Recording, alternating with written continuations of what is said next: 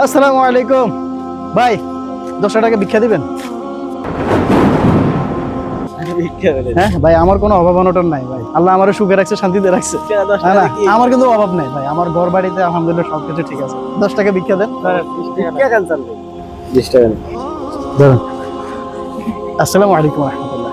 আসলে ভিক্ষাবৃত্তি আল্লাহ সুবহানাহু ওয়া তাআলার কাছে সবচেয়ে জায়েজ অপছন্দনীয় কাজ।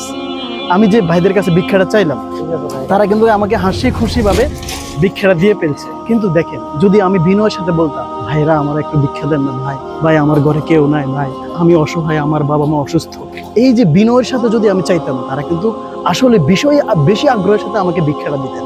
দেখেন, রমাদান মাস চলে যাচ্ছে, আমরা যদি এই অল্প একটা সময়, আর বাকি আর কয়েকদিন আছে, যদি বিনয়ের সাথে যদি আল্লাহর কাছে কান্নাকাটি করে বলতে পারি, হে আল্লাহ, আমি আপনার দুর্বল বান্দা, আল্লাহ আমাকে মাফ করে দেন, আল্লাহ আমি জাহান্নামে যাই কি করব, আপনি ছাড়া আমার আসল কোনো বন্ধু নাই।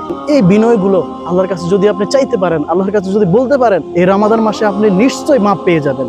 এই রমাদানের শেষ দশক পার হয়ে যাচ্ছে, আর কয়েকদিন পরে ঈদ চলে আসবে। আল্লাহর কাছে একটু বিনয়ের সাথে বলুন, গো আল্লাহ, আমি একদম দুর্বল বান্দা, আমি পাপ করেছি, আমি আপনার কাছে ফিরে এসেছি, আমাকে মাফ করে দেন। এভাবে আল্লাহকে একটু বলুন, দেখবেন আল্লাহ মাফ করে দেবে। আল্লাহ সুবহানাহু ওয়া তাআলা আমাদেরকে এই রমাদান মাসেই সমস্ত গুনাহ থেকে মাফ পাওয়ার সে তৌফিক দান করুন।